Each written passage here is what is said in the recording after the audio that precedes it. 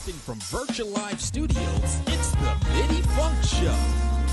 Special guests this week include Dr. Otelia Hunter, Derek Floyd of Beautiful Now Project, and Wacko the Magician. Entertainment from MidiFunk Collective. Now give it up for your host for tonight's event, Mr. Karan Smith.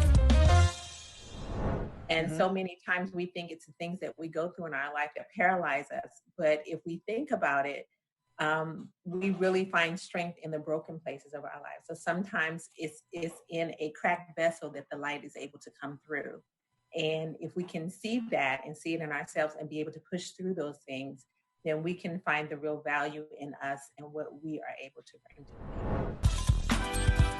Once again, guys, this is all live. This is not pre-recorded. This is the MidiFunk Band. Feel free to dance along. Everybody has something that they can do to change the world. We all fuss about when things aren't good. We all say, oh, the world's this, that, the other thing, but we do nothing to change it. Beautiful Now Project is my way of saying, let's change the world one video at a time. And the whole purpose of the project, every content that comes through it is all about uplifting, encouraging, and inspire people to do their best. So it's a simple process. You go to youtube.com/Beautiful Now Project. There's over 250 videos up there that can just give you something to chew on that day, something to encourage you, something to inspire you to be your best.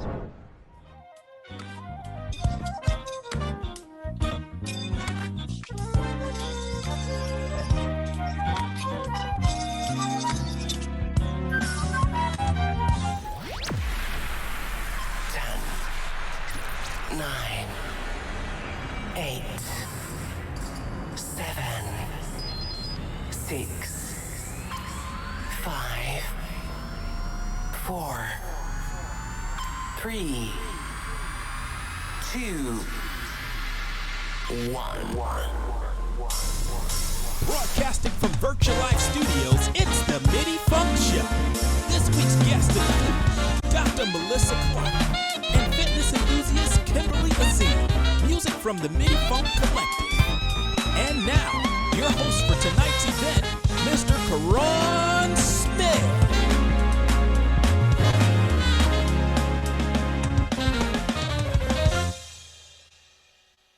Hey, everyone. Welcome back. This is the MidiFunk Show. I am your host, Karan Smith. And with me always is my family, the MidiFunk Band. Tonight, I really want you guys to strap in because we will be talking about COVID-19, a subject that causes a lot of unrest and anxiety to a lot of people. As we continue to go through this time, we've heard a lot of things. We've heard a lot of things that are good. We heard a lot of things that are bad. Tonight, we have an expert that's going to give us the real deal on what it is. And we also have a fitness expert tonight for you guys. But first, we got to warm up. And with that being said, MidiFunk Band, let's do it.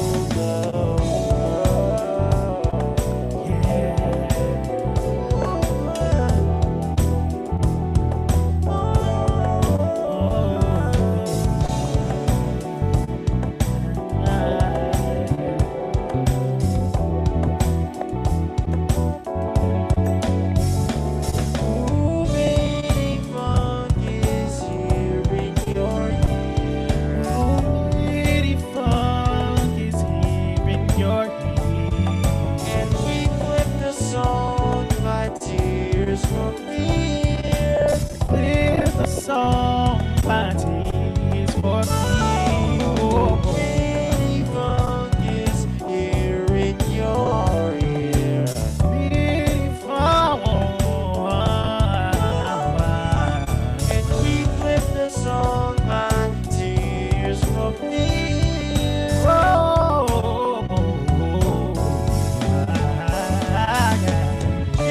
MidiFunk is here in your ear.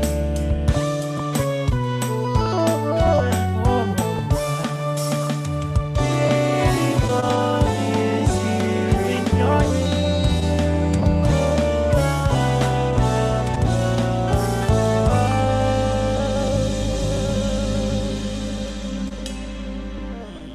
Oh, that was nice. Bring that back. Bring that back. Ladies and gentlemen, the MidiFunk Band, what can I tell you? Listen, all this stuff is being brought to you pretty much live, not pre-recorded. But let's get into the show. Our first guest comes in. Yes, our first guest comes in. She is a Harvard grad, and she is one of the experts at bringing us in for COVID-19. She has about 20 years of experience caring for and empowering patients. She's been on the front line improving the way doctors and patients work together. As a emergency medicine physician who has served as a senior medical consultant at Fortune 500 companies such as 3M and Aetna. Ladies and gentlemen, help me welcome Dr. Melissa Clarke. Thank you so much. MidiFunk Band sounds fantastic, and thank you so much for having me. Dr. Clarke, how are you? I'm doing great. Welcome to the show. So good to have you on. Thank you. Great to be here. Oh, awesome. So I have excellent fact checkers, and my fact checkers, they do an excellent job when getting guests on. So shout out to the fact checkers. But a little birdie told me you got accepted to Harvard, the Ivy League Harvard at age 15. That is true. Yes. And I started, my birthday is in the summer. So I started when I was 16. Wow. And then got accepted. Experience. Oh, wow. And then you got accepted to CA School of Medicine at 19? University of California, San Francisco School of Medicine. Yes, at 19. And same thing. I started when I was 20. Both were fantastic experiences. It's funny because my college classmates knew that I was younger than everybody. So, I never got offered the illicit substances, and everybody sort of protected me and looked at me like I was their little sister. So it was a really great experience. Very nice. Oh my God. So we are dealing with a true blue genius here. All right, Black Girl Magic. All right. So let's talk about, and you also have a book that's currently out. You want to tell us a little bit about that? Yeah, it is called Excuse Me, Doctor, I've Got What? Taking Ownership of Your Health and Making Healthcare Work for You. It's really all about helping people become their own best healthcare advocate, or how to do it for your loved one, to advocate for them. And I think we're seeing now in this time of COVID-19, where we're hearing about people going to the hospital and getting turned away or not getting tested, how important it is to understand, what your rights are, how to advocate for yourself. So I walk through a bunch of different scenarios in the book, everything from building your healthcare team to how to pay for your healthcare, what deductibles and copays and all that stuff means. I talk about, what are the best treatments when it comes to alternative medicine, what works for what conditions. So I cover the whole gamut. Wow, that is awesome. And being that we touched on this current pandemic that we're in now. I mean, there's so much misinformation going around, and we need to have knowledgeable professionals helping us. Now, with your background and your expertise, what should the general public know really about COVID-19 and how to be better prepared? Absolutely. Well, we know that it's a virus. It is in the coronavirus family. There are many coronaviruses, or several that came before this, but this one is called SARS-CoV-2, and it causes the disease COVID-19. It's different from the flu. It's more lethal than the flu. There's more death associated with it, and it's easier to catch than the flu. And unfortunately, also unlike the flu, there is no vaccine and there is no cure. The other thing to know about it is the people who are at risk for getting it. So we've heard a lot about, older people getting it. That's true. people 60 years and older are at greater risk. But people who have underlying conditions at any age can get it. We're seeing that African Americans are getting COVID-19 in a disproportionate way. They're also getting it younger because those underlying conditions like diabetes, high blood pressure, heart disease, lung disease, blood clotting disorders, and autoimmune diseases like rheumatoid arthritis, lupus, sarcoid, they all happen at higher rates in African Americans. And so that sort of explains some of why there's disproportionate COVID-19 in the African American community, and also more deaths, unfortunately, in the African American community. There's several other reasons for it, but that's one.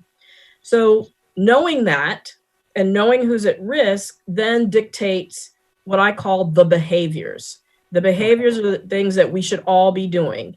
Staying at home unless we have a reason to leave. That's an emergency. Practicing physical distancing, staying 6 feet apart. Washing hands at least 20 seconds each time. Not touching your face. Wearing a mask. And I always say, don't let people in your house who don't live there. And this is very important for people who have those underlying conditions, because the tendency is, oh, so-and-so looks fine, or so-and-so is my family member. I know them, they're fine, come on in. But we have to be extra vigilant again, especially if we are a senior or have an underlying health condition. Wow. And then the other thing is building your immunity long-term. That's the second strategy. So the first strategy is the behaviors. The second is building your immunity long-term. Okay, now you said building up your immunity. Now, are there ways to boost our immune systems to better handle this disease in general? Absolutely. So I talk about the 5 self-health actions in Excuse Me, Doctor, in the book that we were talking about before. And in there, I talk about these 5 self-health actions that really should be empowering, because we actually have a great deal of control over the strength of our immune system by practicing these behaviors. And you probably know them. Number 1 is nutrition, eating a healthy diet. Number 2, drinking enough water, at least 2 liters a day. Now, if you have kidney problems, you might need to check with your doctor about that amount. But for the average person, at least 2 liters a day. Number 3, movement. And I know that you have another guest coming on who's a fitness expert. So she's going to talk all about that. Number 4 is sleep. Getting at least 7 hours of sleep, because during your sleep cycle, that's when your body detoxes a great deal. And then number 5, most important, is managing the stress in your life. We all have stressors coming at us, but how we manage them is key. And doing something to lessen your stress every day is very important, because when those chemicals are raging in your body because you're under constant stress, it saps and drains your immune system. Really? There are also supplements that you can take that are antivirals, like zinc, selenium, vitamin C, all have been proven to be great antivirals as well. Oh, wow. Awesome. Well, I'm going to follow suit with rule number 2. I got my pink lemonade right here. It doesn't keep liquid. As water, though. All right. You got me, Doc. You got me. All right. Now, senior citizens are drastically affected by COVID-19. How can we help our senior members and our senior family members and senior members abroad to deal with this pandemic, since it seems to be hitting them hardest? Yeah. And I've been doing a lot of writing in my downtime in the pandemic. And so one of the things I did is I wrote an article that was on medium.com about you might not be able to hug your parents now, but you can take care of them. Mm-hmm. And one of the things that I emphasized was the fact that, as I mentioned before, keeping distance. If you are somebody who works outside the house or goes in and out of the house and you live with a senior, it's important to socially distance from them, because every time you go in and out of the house, you are increasing your risk of getting COVID-19. And even though you might be young and healthy, you can be what's called an asymptomatic carrier and have no symptoms at all, look perfectly fine, but be infected and be able to pass it on to the senior in your life. So that's really important. The other thing is those seniors who live alone, make sure that you reach out to them on a regular basis, because loneliness, depression, anxiety, all the things we're going through now decrease your immune system. So that connectivity with people, if it's even going to their house and talking with them through the window, doing a Zoom call or a Google Duo call, anything that maintains that connectivity. Also help them out by going grocery shopping for them. If you're younger and they're over 60, minimize the amount that they have to go out of the house by helping to run errands for them. All those things are really important to keep in mind with seniors. Oh, wow. It's funny you say that, because my sister and I, we do that for my mom. You know, here I'm in Jersey. Where are you located, first of all? In Maryland. Oh, you're in Maryland. Okay, so we're not too far from each other. Not so, too far. You know, the supermarket, cold weather this weekend. Oh, I'm not looking forward to that. Not at all. I mean, we've gotten 60 to 70 degree weather. You know, we've been outside in the confines of the backyard cooking and stuff like that. So it's pretty good. Now I'm not looking forward to the weekend. But no, my sister and I, when we can, the grocery stores, they have a specific time for senior citizens and, for seniors to shop unobstructed and not have to wait for long lines and stuff like that. So, my sister and I, we take my mom and we get her some groceries and we do that. It's early in the morning, but it helps. So I understand what you're talking about. But it's really, I thought about it. It's really unfortunate that a lot of Americans who have no health insurance, like there's a lot of them out there, a lot of people who don't have medical insurance at all. How can someone with no health insurance or no health plan proceed with getting things like getting tested for COVID and getting treatment? Sure. So there are a lot of municipalities, states, cities across the country that have established free COVID testing sites. The best thing to do is go to your website of your Department of Health in your area, and they list what those free COVID testing sites are. No one should have to pay for testing. And even if you end up in the hospital, I have a whole chapter in my book, chapter 10, like I talked about, how to negotiate hospital bills, how to sign up for Medicaid if you're eligible, how to negotiate with the hospital and the doctors, actually, to decrease the cost of your care. If your income meets the requirements, you can go to the free clinic system in your area called Federally Qualified Health Centers to get care. There is actually an opportunity for everybody to have a primary care physician through those federally qualified health centers, because they get subsidized by the federal government to help take care of people on a sliding scale. So you basically just pay what you can. And if you can't pay, you don't have to, but you're guaranteed to have a primary care provider through that network of clinics. So not only thinking about how to get testing for COVID if you have no insurance, but think more broadly about how can I have health care such that I can stay healthy. Awesome. That's awesome. Now, let me ask you the $1 billion question. In your personal opinion, how long do you think this COVID pandemic or the state that we're living in now, how long do you think that this is going to last? Well, right now, there are two ways to really go about this. The herd immunity, which is everybody just going out and getting infected at the same time, that would overwhelm the healthcare system and result in many, many needless deaths. But it's the quickest way to get through the pandemic. And we see Sweden is doing that, and their death rate is very high, unfortunately. The way that we're approaching it, imperfect, it is still very imperfect, and there are a lot of ways that we could be doing better. But the idea has been to shelter in place and thereby decrease the number of people that get the infection at the same time. And we've been somewhat successful at that, but the infection rate is still climbing in many, many places. Given this scenario and the fact that we don't have a vaccine, I see what's going to happen is we're going to reopen, the infection rate is going to go up even more, and then we're going to close down. And I think we're going to probably be doing that in waves for the next year and a half until one of two things happen: a vaccine comes out or a cure comes out. Okay, now, what are your recommendations? You said the waves of closing and opening. Now, what would be your recommendation for people who live in states that are reopening? Should they continue to shelter in place, or is it okay? Is it okay for them to venture outside? I mean, some states are doing it, but what is your recommendation on how to do that?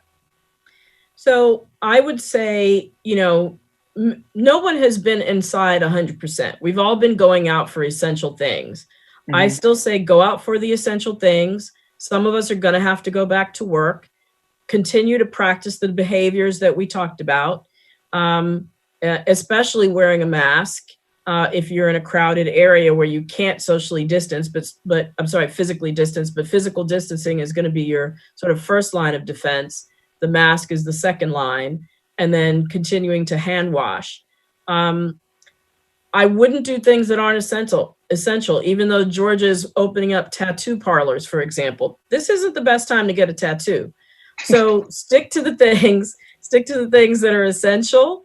And especially, like I said, if you are in the vulnerable population or you live with somebody in the vulnerable population, you still have to be super cautious. If you don't live with someone in the vulnerable population, you're not in the vulnerable population, I think you could probably be a little bit more liberal, but not foolhardy, because people, I'd say, I think 18% of hospitalizations are still where they don't, people who had no pre-existing conditions, and they still seem to end up in the hospital. So, right. It's like, oh yeah, my state is opening up. I'm going to get a tattoo. Yeah, like, not a good idea. No, I survived COVID right there. No, that's not going to work. Now, okay. Now, again, my fact checkers are the best in the business. Now I know you have a weekly interactive live stream with yourself and other medical professionals discussing what we're discussing now. COVID-19 and other things, and other health topics. You want to give us a little bit about that? Yeah, and thanks for asking. It's on Facebook Live under Dr. Dr. Melissa Clarke. Clarke has an E. Same thing, Instagram, and also have a YouTube channel that's starting very shortly. So you can go to any of those three places. The question you asked me about seniors, just this past Monday night, and it's every Monday night at 9 p.m. East Coast time, I had a senior vice president from AARP come on and talk about all the resources that were available for seniors. And I had the owner of an assisted living come on to talk about the things that people need to know if their senior or loved one is in an assisted living facility, the questions that they should be asking. So you can go back and look at that, as well as the other 7 shows that we've done thus far. All right. Make sure make sure you tune in. But we really got to get with more show. I would love to sit here and continue to talk to you about this, because it seems like you have a lot on it, and it's really good information. But thank you so much for coming on the show and being our first guest. I think we're at show number 4 or 5. So, this is a good time. So thank you so much. And thank you for your efforts, you and your colleagues being on the front lines and trying to get ahead of this COVID-19 pandemic. We appreciate you. I know the band does, because we're all good friends, and we thank you for being on the show. Thank you so much. Thanks, Karan. Love to the band. You guys sound great. Thanks for having me. Awesome. Ladies and gentlemen, if you want to listen or you want to hear more from Dr. Clarke, please send a comment in our YouTube chat. She'll be around to answer some things, but also go check out her live feed on Facebook Live, right? It's going to be on Facebook Live. It's going to be there. Make sure you tune in. But we got to pay some bills, so we're going to take a break, and we're going to hear from one of our partners.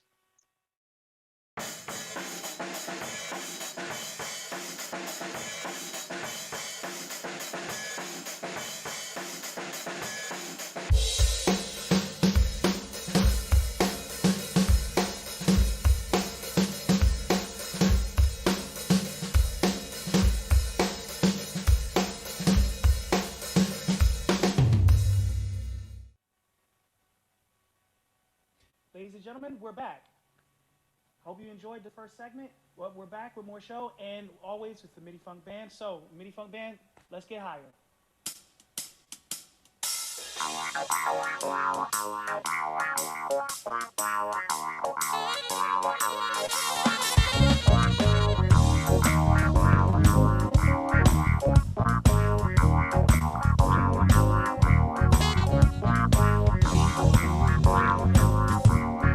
Keep on learning. Soldier, yeah. Keep on warring. World. Keep on turning. It won't be too long.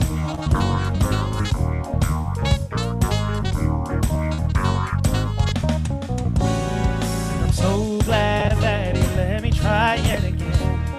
Last time I lied to live, the whole world was sin. So glad that I knew more than I knew then. But I keep on trying till I reach my highest ground. Yeah. Till I reach my highest ground.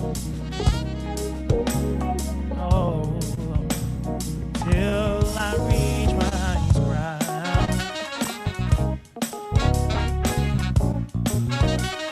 Till I reach my highest ground. Yeah. No world's gonna bring me down. Yeah. Till I reach my highest ground.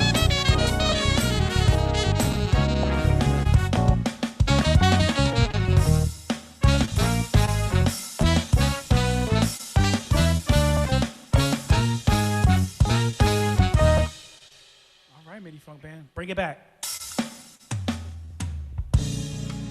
Whew. Ladies and gentlemen, the MidiFunk Band, I gotta stress this. We are coming to you live. So pretty much everything you hear is not pre-recorded. This is all live. Everything is happening. All the musicians, all the transitions, everything that's happening is happening now.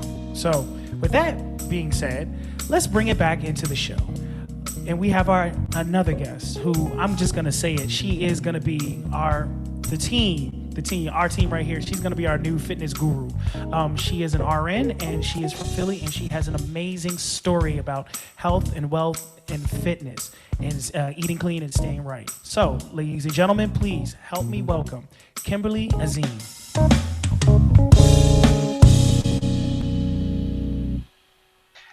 Kim, how are you? Hi, Karan. Thank you for having me. I'm wonderful. Thank you. How are you? I am absolutely fabulous. I got my pink lemonade right here. I'm good to go. Good. You should be drinking water, but I won't say anything like that. And you're like the second person who's told me that tonight. So, all right. Yes, I just ordered my copy of whatever the book she just said. I just ordered it. Awesome. Excuse me, doctor. I have what? There it is.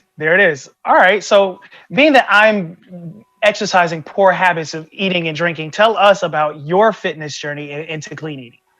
Okay. It's pretty simple. I'll just let everyone know I'm 40 right now. So when I was a little younger, I was overweight, a lot overweight. I was like well over 200 pounds. And I was in my 20s. It's kind of vain and simple, but I just didn't want to be fat. And I would see people who were really, really into fitness and really into like their health and what they were putting in their bodies and what they were doing. And I looked at them and I just wanted to be one of those people.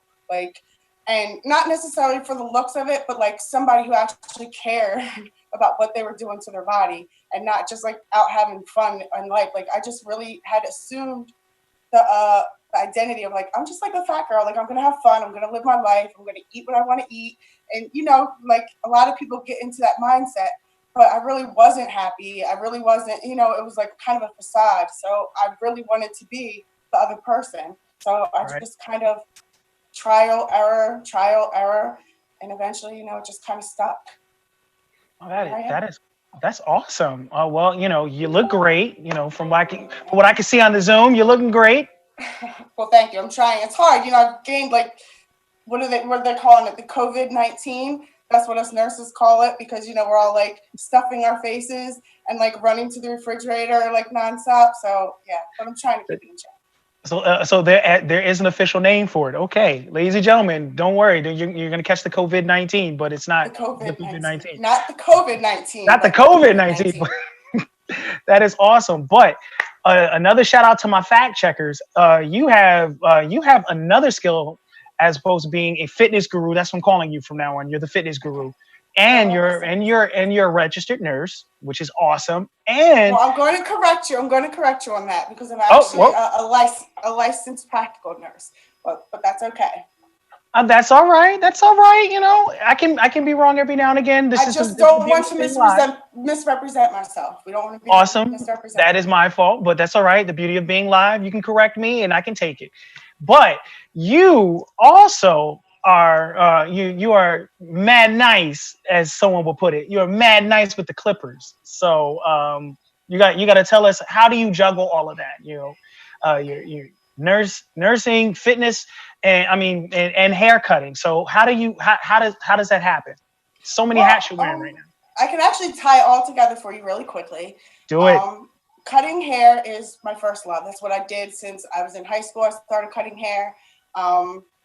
The barbers that I currently work with now, half of them I worked with when I was in high school. So like that connection's always been there.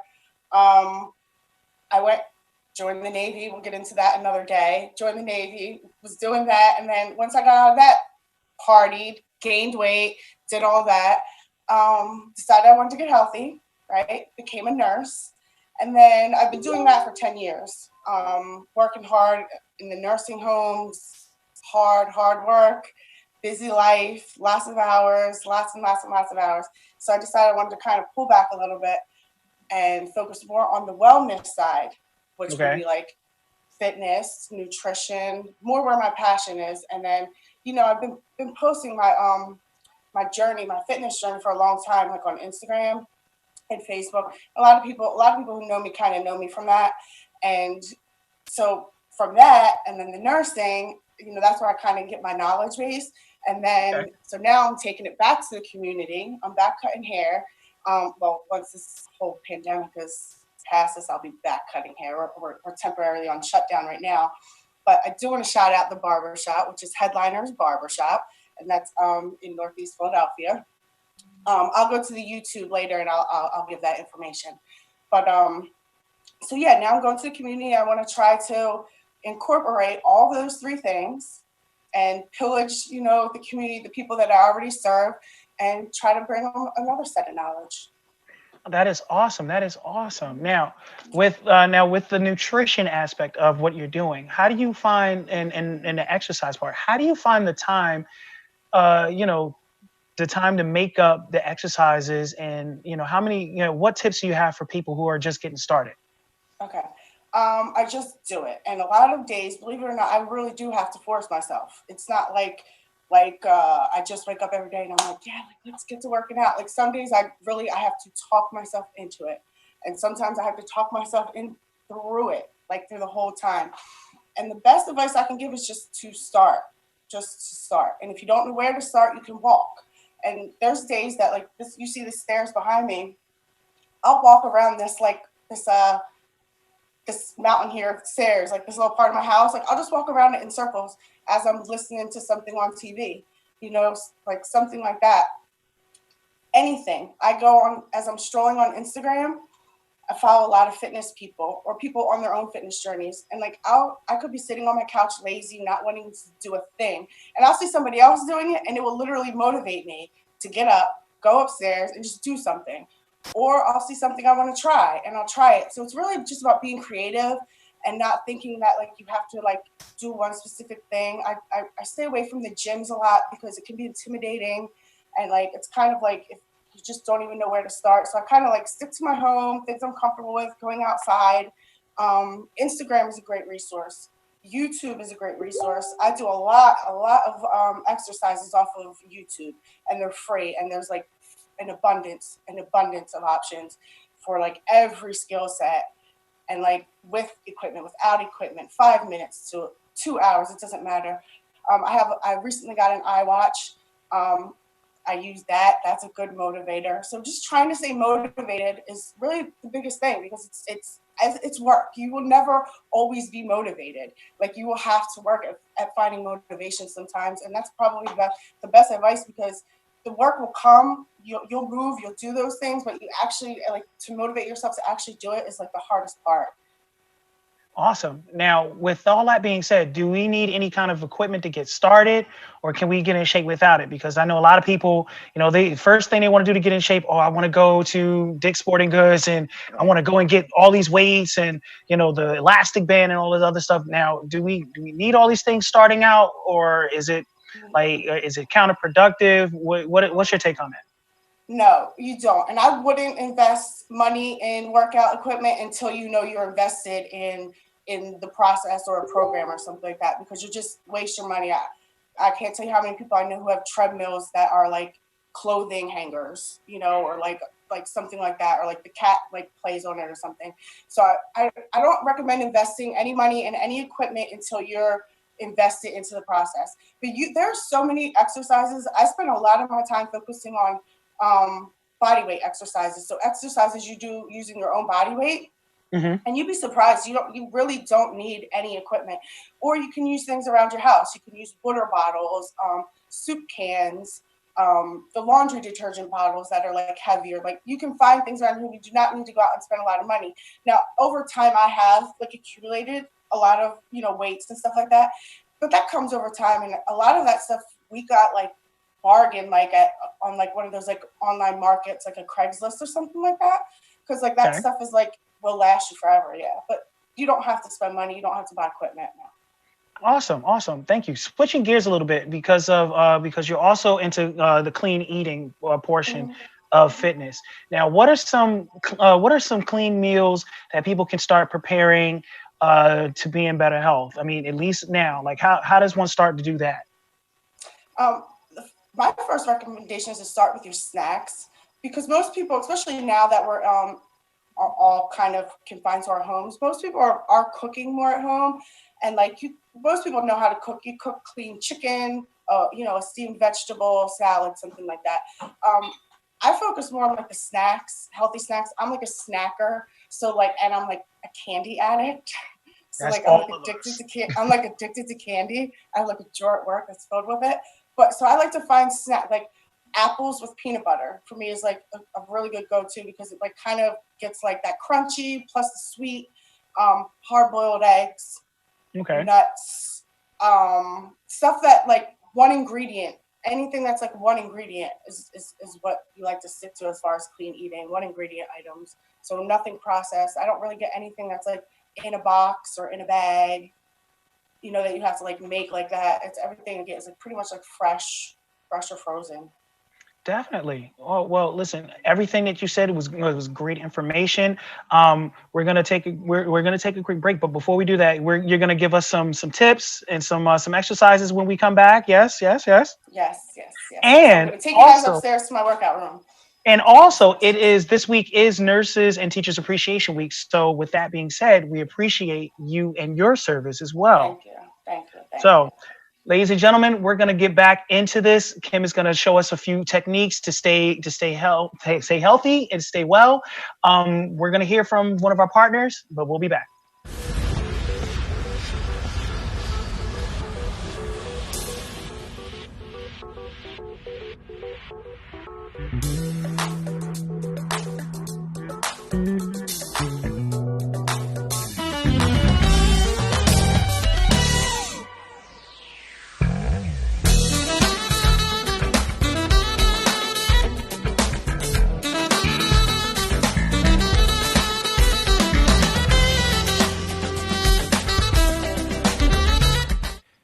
Ladies and gentlemen, welcome back. We have a wonderful time. We've had a wonderful show, but like I said before, we have Kim. She's going to be showing us some tips on how to stay well in the home. So without further ado, being backed by the MidiFunk band, Kim, take it away.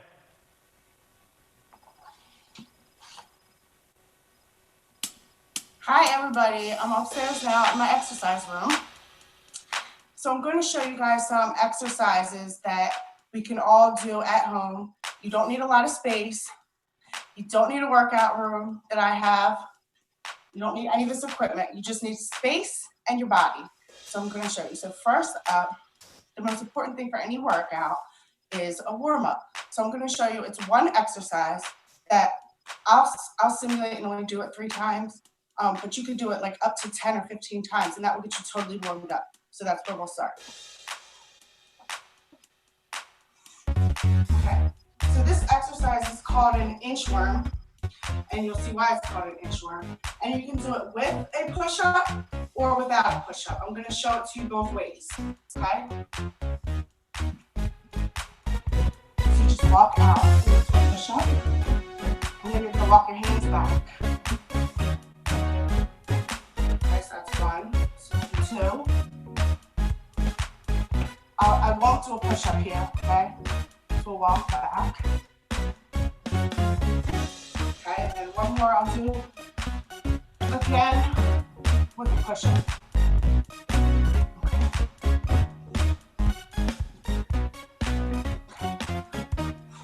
So, now that we're warmed up, I'll show you guys a basic exercise routine using 3 simple exercises, and I'll show you 3 different variations of each exercise. For time's sake, I'll just do 5 of each, and I'll tell you as I'm modifying. So we'll start with, the first exercise we'll do is a squat, just a basic squat. And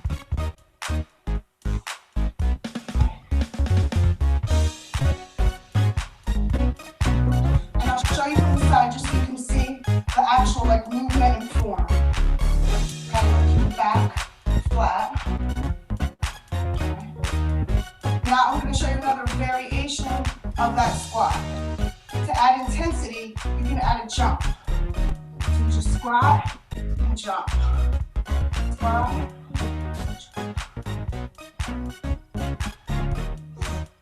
Okay, so those are 2 variations. So the third variation would be keeping the jump, but this time you're going to touch the floor and like raise your hands to the ceiling, okay? So touch the floor.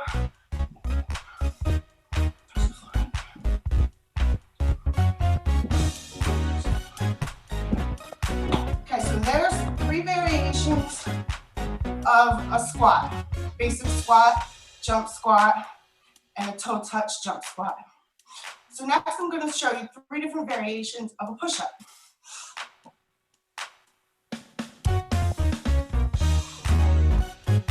So we have the basic push-up, okay?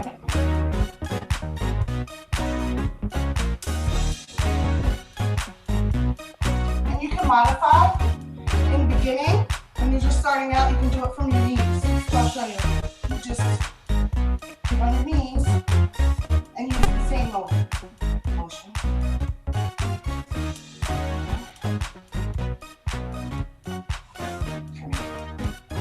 And next, I'm going to show you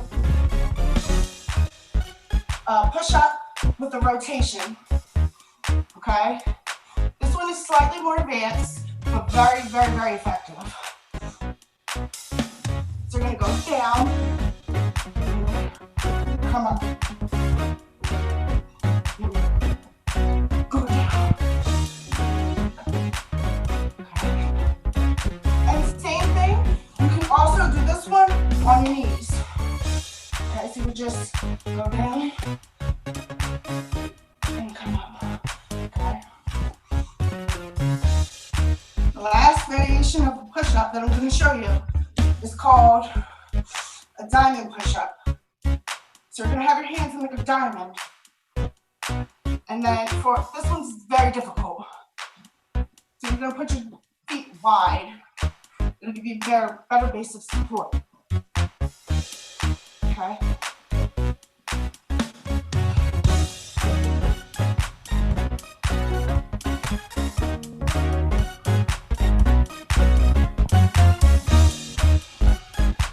And again, like with the other push-ups, you can do that on your knees as well. Okay, so for the last thing I'm going to show you is just going to be your basic jumping jack. Okay, so you do. That's one variation of it. I'll show you one more variation. You can go up and out. Okay, and then the last one I'll show you is very similar to the first one, but you're just going to go like that. Now that you guys got me all sweaty, I hope you guys are ready to go work out too. Did you guys have any questions?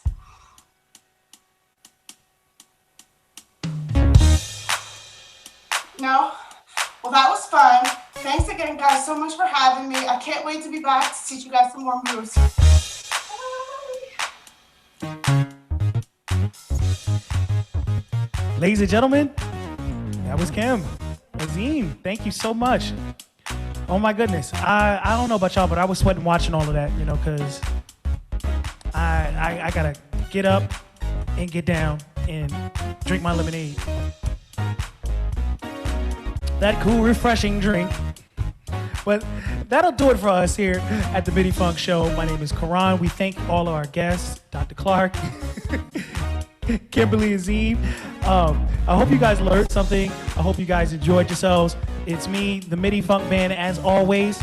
Shout out to everybody. Shout out to everybody who's worked on the show. Our lighting producer, our sound producer, our technical director, our fact checkers. And we will be back next Thursday for the dance party. So, dance party, dance party, dance party. Everybody, dance party, dance party, dance party. Dance party, dance party, dance party. And we have to get up. We have to get our subscribers up. So I'm saying it now. Y'all need to follow us on YouTube. Y'all need to follow us on Instagram. Y'all need to follow us on Facebook. Any social media that you see MidiFunk, you need to be following because we need to get those subscribers up. If you like the content is live. The content is pretty much brought to you fresh and live. So make sure you support. This is what we're doing now that we can't be together. So, you know, do yourself a favor. Just click the subscribe button. Click the like button. You know, add a friend. It's all right. Listen, we all shower. We clean. We good. We all right. We all right. But that'll do it for us for the MidiFunk Show. Listen, next Thursday, dance party. So get your dancing shoes, you know, get your screens right. We're going to do it nice and big like we always do. And, I mean, I can't even talk no more about it. I'm your host, Karan. With me always is the MidiFunk Band. Listen, be safe out there. And we'll be back next Thursday, same space, same time. And until then, God bless. Here we go. 1, 2, 3,